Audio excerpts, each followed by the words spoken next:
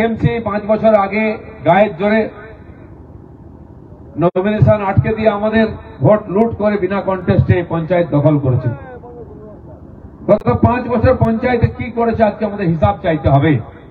গায়ের জোরে নির্বাচন না করে যারা ভোট দখল করে নিয়েছিল, পঞ্চায়েত গড়েছিল, সমিতি গড়েছিল, জেলা পরিষদ গড়েছিল, তারা মানুষকে কি দিয়েছে? মানুষকে ভোট দিতে দেয়নি, মানুষের অধিকারকে ছিনিয়ে নিয়েছে। আজও গরমের সময় গ্রামে গ্রামে খাওয়ার জলের অভাব। আমি 2-3 দিন ধরে সেই ঝাড়গ্রাম, মেদিনীপুর, পুরুলিয়া, বাঁকুড়া হয়ে আসছি, পুরো জঙ্গলমহল, জল নেই, হাহাকার চলছে, শুকিয়ে গেছে চারদিক। বেশিরভাগ স্কুলে মাস্টার নেই। আমাদের গ্রামের গরিব লোকের ছেলেমেয়েরা পড়তে যায় আর মোদিজির পাঠানো চাল ডালের মিড ডে মিল খেয়ে বাড়ি চলে আসে, লেখাপড়া হয় না।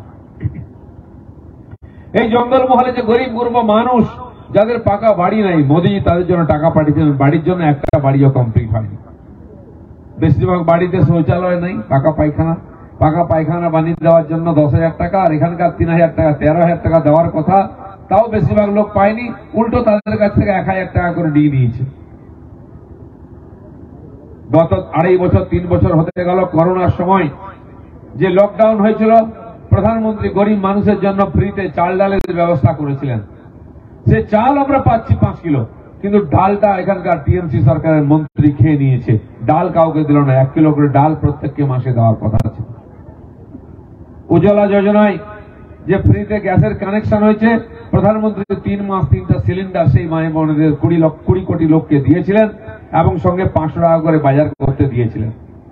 সেই সংকটের সময় আমরা দেখেছি নরেন্দ্র মোদী দিল্লি থেকে বুঝতে পেরেছিলেন গরিব মানুষের সমস্যা কি, তাই চাল ডাল থেকে আরম্ভ করে গ্যাস থেকে আরম্ভ করে বাজার করার টাকা সব দিয়েছিলেন। এই পশ্চিমবাংলাকে 56 লক্ষ লোকের নামে বাড়ি তৈরির জন্য টাকা দিয়েছেন, আবাস যোজনার টাকা। হিসাব করলে দেখা যায় প্রত্যেক গ্রামেতে 50-60টা কমপক্ষে বাড়ি হবে, বেশিও হতে পারে, 70-80টাও হতে পারে। কিন্তু কোন গ্রামে চোখে পড়ে না বাড়ি, একটা দুটো হয়েছে, তাও কমপ্লিট হয়নি। আমি পাশে উত্তরপ্রদেশ, বিহার, ঝাড়খণ্ড, উড়িষ্যাতেও গেছি, ত্রিপুরায়ও গেছি, দেখেছি গ্রামে দিকে গেলেই প্রতি 4টে বাড়ির পর একটা নতুন বাড়ি দেখা যায়। অথচ এখানে আমাদের গ্রামে গ্রামে গরিব মানুষের কাঁচা বাড়ি, মাটির বাড়ি আছে, খড়ের চাল, টিনের চাল, টালির চাল, এখনো পাকা হলো না, সব টাকা লুট হয়ে গেছে। আর সেই টাকা কোথায় গেছে? যে টিনের বাড়ি থাকতো তার নীল সাদা, এখন সাদা পাকা বাড়ি হয়েছে। শুধু তাই না, টিভিতে আমরা খুলে দেখছি নেতার ফ্ল্যাটের দরজা খুলে দিচ্ছে আর 2000 টাকার নোটের বান্ডিল হুড়মুড় করে নিচে পড়ছে।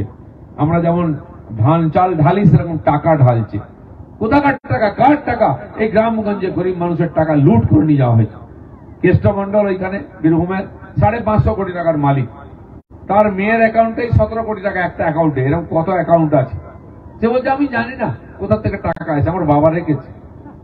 সে আবার প্রাইমারি স্কুলের টিচার, পরীক্ষাই দেয়নি, বাড়িতে বসে থাকে, কেউ জানেই না মাস্টার করে 40,000 টাকা মাসে তার অ্যাকাউন্টে চলে যায়। একটা গরিব মানুষের ছেলে চাকরি পেতে পারতো, বাবা মাকে দেখতে পারতো না, সে চাকরিটাও লুট করে। যে পরীক্ষা দিল না, যে ফেল করলো, সে চাকরি পেল। আর যারা পাস করেছে কলকাতা ধর্মতলায় 2 বছর ধরে ধর্ণা দিচ্ছে, চাকরি নেই।